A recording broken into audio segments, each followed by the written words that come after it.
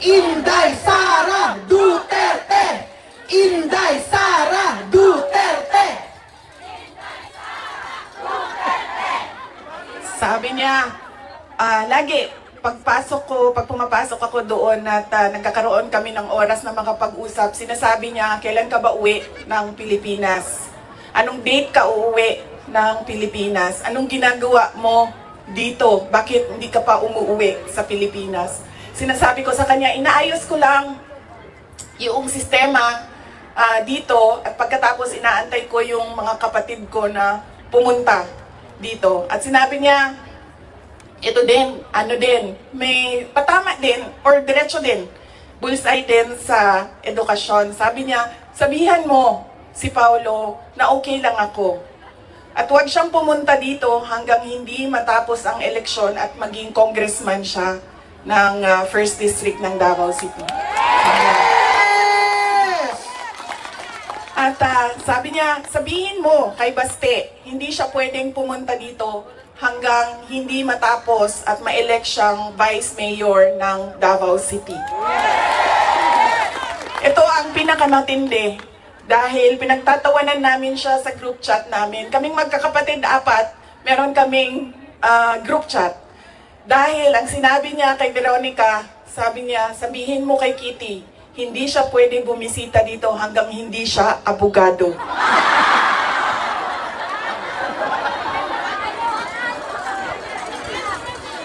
Sabi ni Kitty, grabe ang overacting ni Papa. So, ibig sabihin ba, mga 5 years.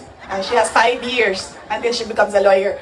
Na meron pa akong 5 taon na bago ako makabisita. Ganon siya kahit na nandun siya sa loob.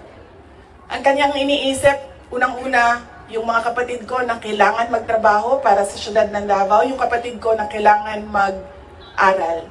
Yun pa rin ang iniisip niya. At kapag tinanong mo siya, pa, ano ba ang kailangan mo dito sa loob? Ang sinasabi lang niya, alam mo yon, mga bagay na shaving cream, Coke Zero,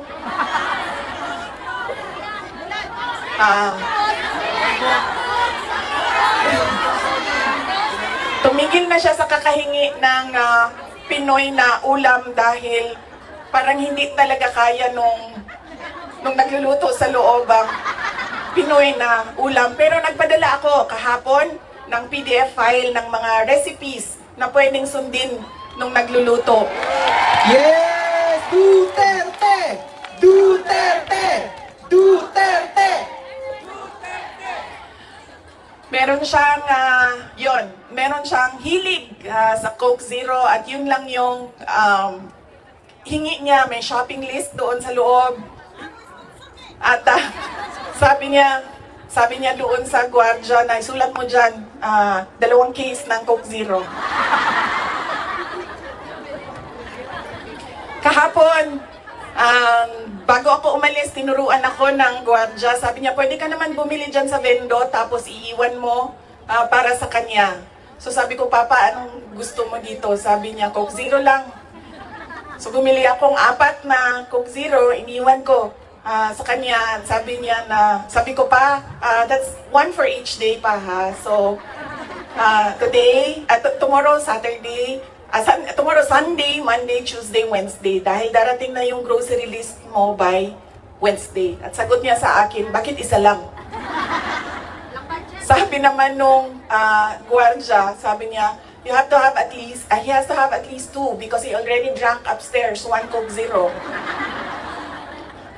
And then sabi ko, sige pa, sabi ko, babalik naman ako sa Lunes. Sabi ko, 2, bukas Sunday, and 2 sa Monday, tapos i-replenish ko na lang yung Coke Zero mo. Sabi ko sa kanya, alam mo pa, sinasabi sa iyo ng doktor, maglakad ka daw. Huwag kang nakaupo lang sa kwarto mo. Tapos sabi ko, pwede ka naman, allowed kayo na lumabas dyan. Sabihan niyo lang ang gwardiya. Sabi niya, ayoko maglakad sa labas kasi baka didiretso ako sa gate at umalis sa lugar na ito.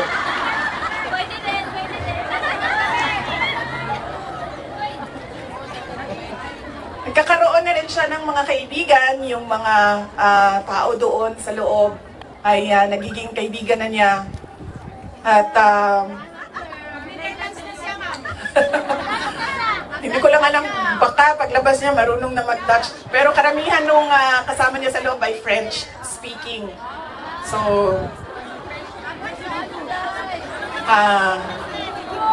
baka paglabas niya, no, di na kayo kamaong magbinisaya, tingala tama.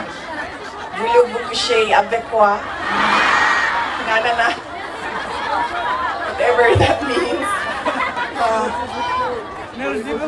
So, on that point, he is okay. Okay naman siya. Pero as a lawyer, kasi alam niya yung batas eh. Alam niya kung anong nangyayari. Kaya medyo persuasive siya. And lagi niyang inuulit-ulit kung ano yung kailangan gawin para sa kanyang kaso. At lagi siyang nagtatanong ng timelines dahil alam naman natin sa korte ay medyo may kabagalan.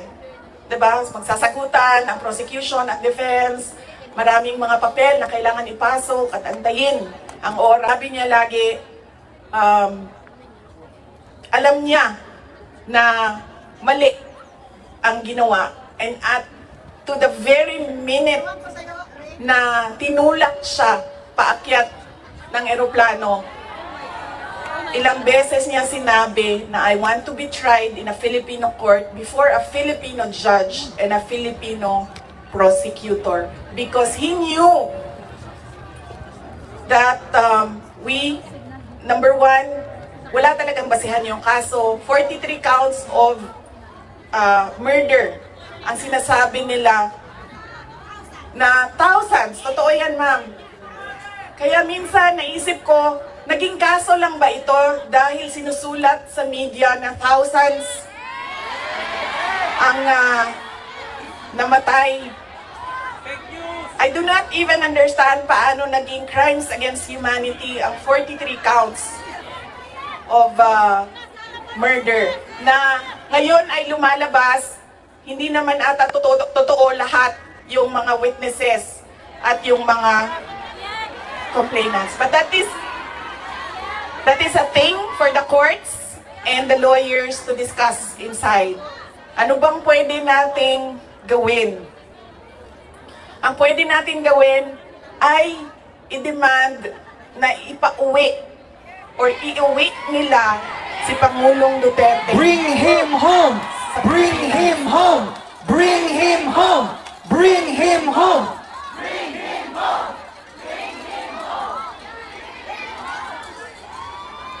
Dahil yun din ang gusto niya. Araw-araw na nandun ako, sa mga araw na nandoon ako, isa yan sa paulit-ulit niyang sinasabi, kailan mo ako mapalabas dito dahil darating ang eleksyon, mag-mayor pa ako ng syudad ng Davao.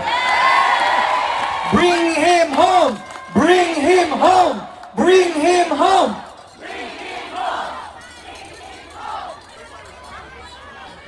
At yun ang gusto niya. Gusto niyang umuwi. Sinabi ko din sa kanya yon pa. Sabi ko, yung kagustuhan mo na umuwi, yan din yung katapusan ng buhay mo. Magiging Ninoy Aquino Jr. ka. At sinabi niya sa akin, sabi niya, kung ganyan ang kapalaran ko, then so be it. Basta lang mauwi ako sa Pilipinas. Kaya, meron man akong worry para sa kanyang safety and security, pero lagi niyang inuulit-ulit talaga, ibalik niyo ako sa Pilipinas. Bring him home! Bring him home! Bring him home!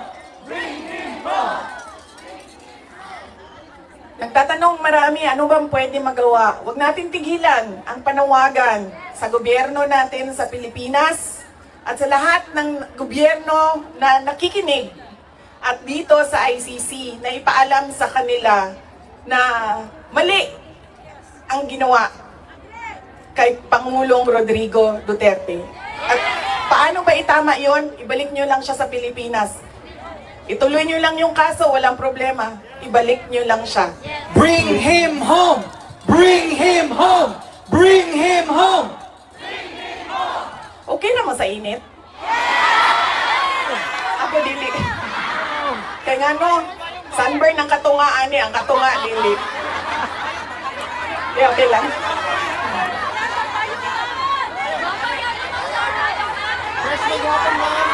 Hindi, okay lang, okay lang. Binuangan lang tamo. Naka-ready ang sunblock din doble. Okay lang, sir. Kaya hindi nila makita na ako ang mata kung magkalok ka. Oh. Okay? Unsa pa ba? Ano pa ang pwede nating gawin?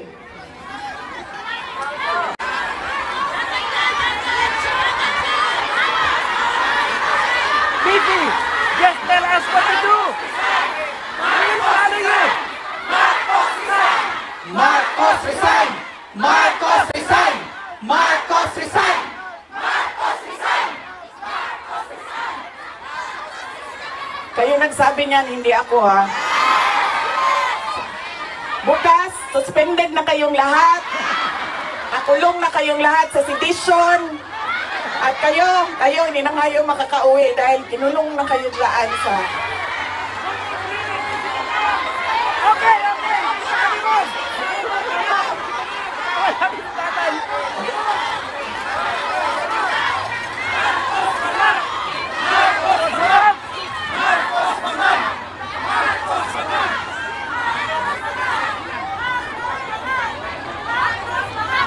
And that relates to transparency and accountability. Alam nyo kasi, ang pagiging Pangulo, dapat nasa tamang pag-iisip ka. Kapag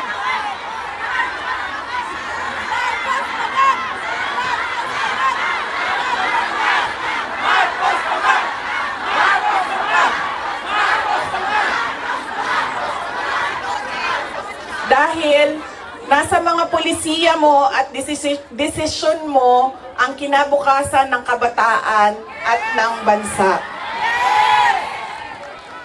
Kaya yung pagsasabi na hindi mahalaga ang drug test sa aking kapasidad at abilidad na mamuno is tantamount to betrayal of public trust.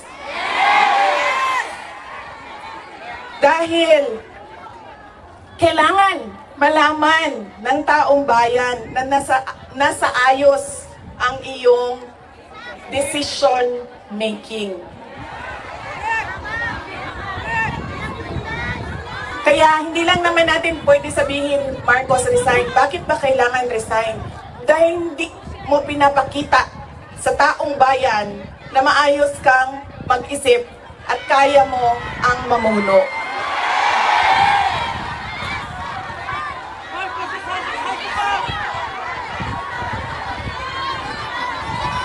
Madaming mga tanong na nasa loob na ng korte.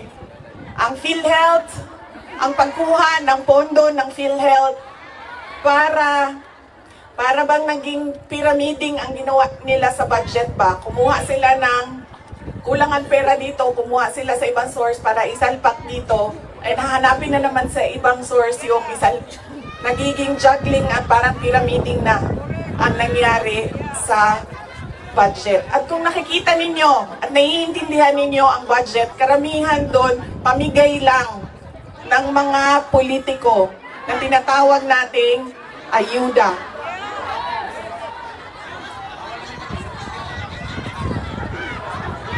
Tumakbo kami sa plataforma ng unity at continuity. Continuity, kasali na doon ang big ticket projects o mga build projects ni Pangulong Duterte. Pero wala kayong nakikita ngayon na development projects.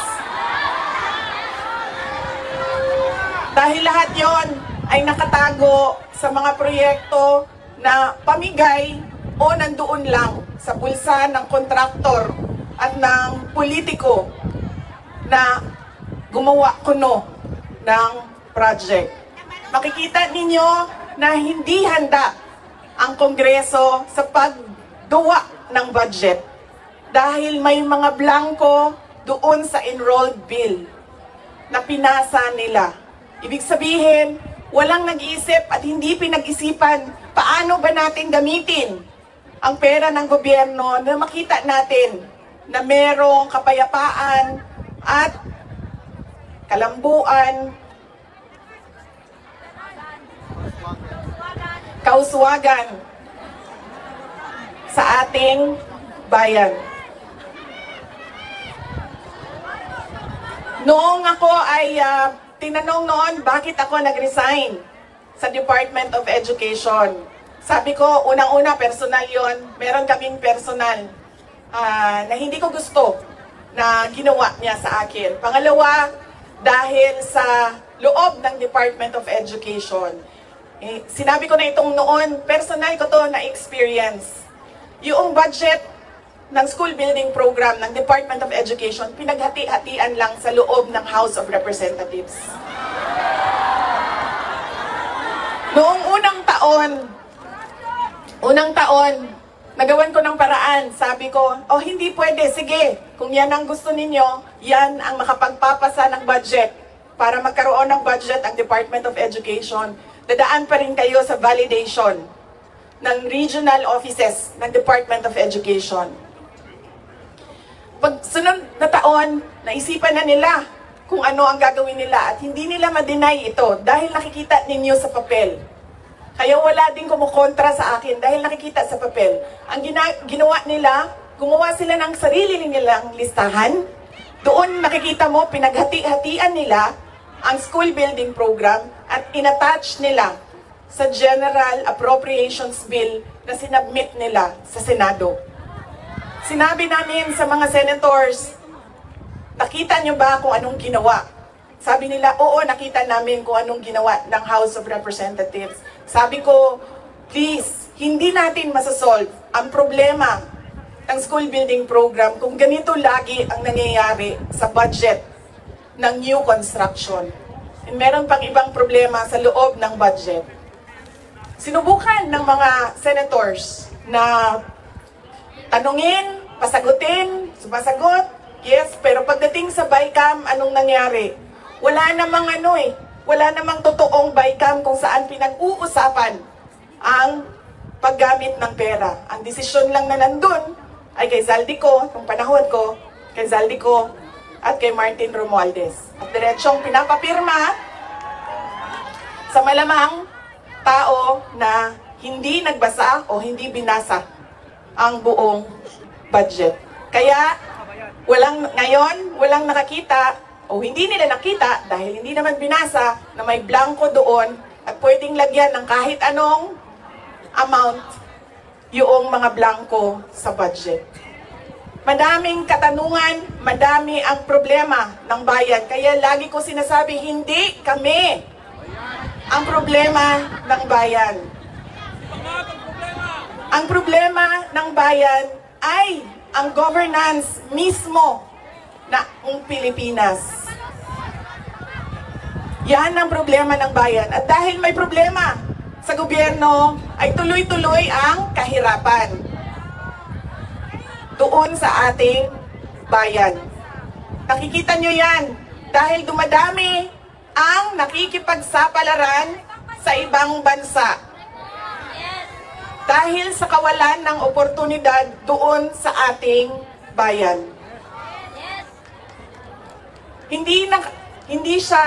We should not be proud that we are exporting our countrymen, our workforce abroad dahil, wow, ang daming dollars na pumapasok sa Pilipinas dahil sa padala. Hindi yan siya nakakatuwa. Dahil ang isang bansa, dapat meron siyang oportunidad na binibigay sa kanyang mamamayan. Hindi lang yan. Decent housing, peace and order, quality healthcare. Nakikita nyo yan dito sa mga bansa kung nasaan kayo. At At kaya kayo nandito dahil hindi niyo yan nakikita doon. And apparently, tayo lang yung nakakakita, yung nakaupo doon, hindi nila nakikita.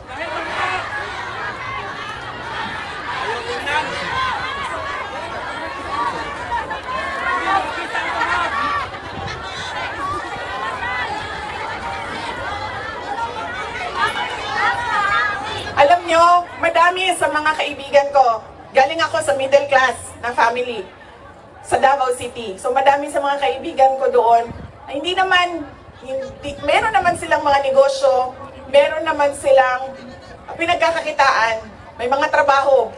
Pero ilan na rin ang nagsabi sa akin, mga professionals ito, ilan na rin ang nagsabi sa akin, wala na rin talaga kaming nakikita, parang gusto na namin lumipat na lang sa ibang bansa para sa mga anak namin. Kaya sinasabi ko lagi yung nagsasabi sa akin, tumakbo ka sa 2028. I don't think we will have a country by 2028.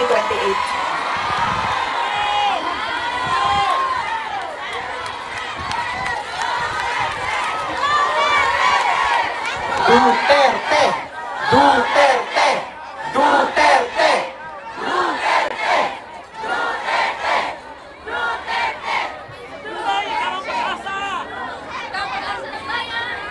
Kaya dapat natin i-exact ang responsibility diyan sa gobyerno na ibigay nila kung ano yung karapat-dapat para sa ating bayan.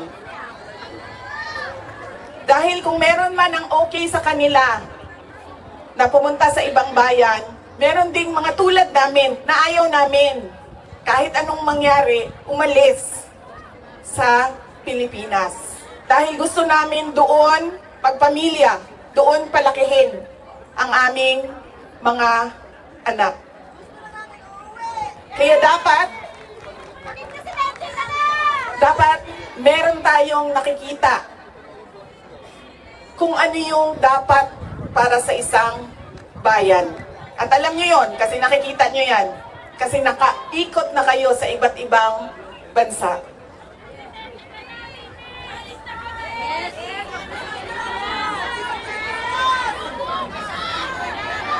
Ano ang gagawin? Patuloy na ipanawagan sa lahat ng nakikinig na iuwi ninyo si Pangulong Duterte sa Pilipinas. Bring him home! Bring him home! Bring him home! Bring him home! Bring him home! At pangalawa, patuloy natin na hingiin sa gobyerno, sa administrasyon na ibigay ninyo ang serbisyo at kaunlaran na karapat-dapat para sa mga Pilipino at para sa Pilipinas.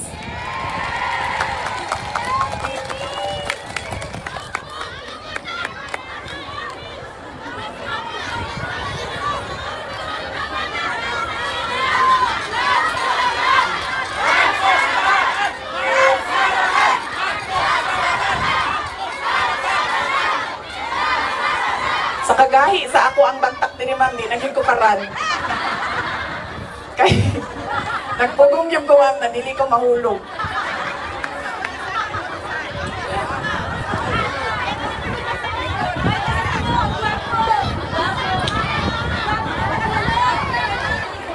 Yung akin pong mga pagpapasalamat. Una po, kanina meron na akong mga pagpapasalamat opening sa Diyos, sa ating host government, sa police, sa local police. Yung aking mga pagpapasalamat sa inyo, sa oras ninyo. Ang aking mga pagpapasalamat sa inyong patuloy na suporta sa aking opisina, ang Office of the Vice President.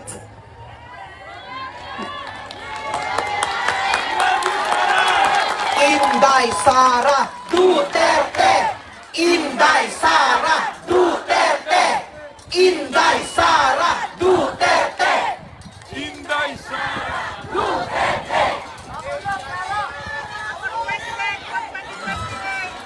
Malakas ang loob ko dahil nandyan kayong lahat.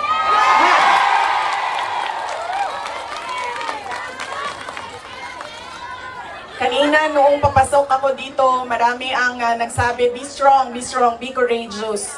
I am only as strong as you are. Kung nakikita ko, sobrang lakas ninyo at sobrang lakas ng pagmamahal ninyo sa bayan, ganyan din ang nararamdaman ko.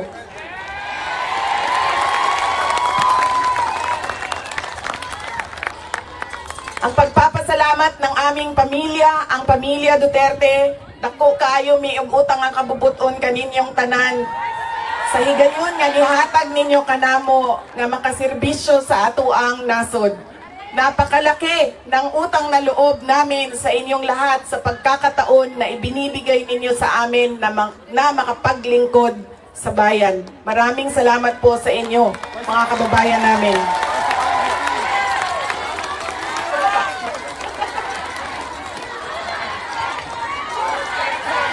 Duterte! Duterte! Duterte! Duterte! Huwag ninyong kalimutan, ayaw ninyong kalimti ang kausa. Huwag ninyong kalimutan ang laban. What is our cause? Our cause is for our country. Ang laban na ito ay para sa bayan. Mga kababayan, ang lahat ng ginagawa natin ay para sa Diyos, sa bayan, at sa bawat pamilyang Pilipino. Syukran. Duterte! Duterte! Duterte! Duterte! In behalf of the Filipino migrant, ma'am, salamat po. Malaki po ang pagpunta nyo dito. It's an inspiration for all of us. Am I right? Ang kantahan